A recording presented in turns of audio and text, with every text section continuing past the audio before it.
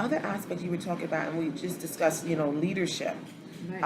And we were talking about how, there are companies that focus on a hierarchical structure. Right. Am I even saying that right? The Hierarchical structure. Yes, right. So where it's managers and it's top heavy, or top management managing down. And, the employees on the bottom, the manager is on top, and the customers are dealing Not with even in the picture. Not even in the picture.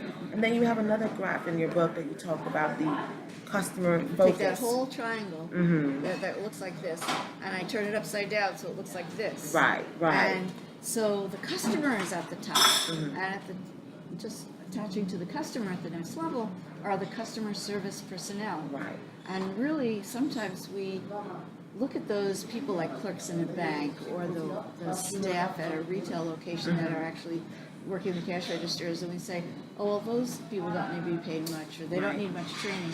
And yet they're the ones who actually interact with the customers. Yeah, they're the linchpins to the sales. Yes. And so if we make them the least important people in the organization, what do we say about the customers? They're Right. even less important. Exactly. And so if we turn that on its head so that the customer's layer is very important, and under that is the customer touching layer, and under that we've got the managers who support the people who touch the customer, and then we've got senior executives on the bottom who support everybody else.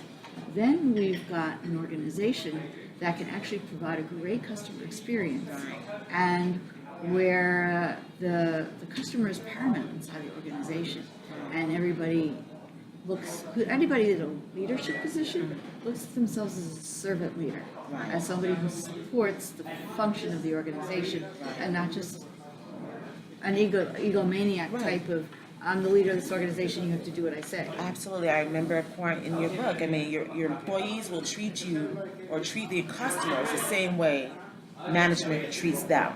That's right. That's a great quote. I always like that, because it's, people always think it's do unto others as you would want others to do unto you. However, people treat people the way they are treated.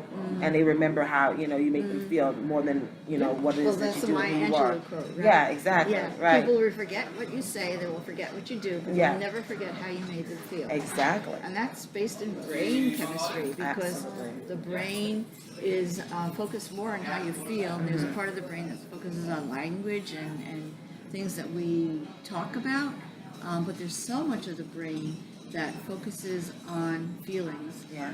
And we have an executive brain here, that's prefrontal cortex, and then in the back of the brain we have the amygdala, and the amygdala is focused on fight and flight and protection. Right.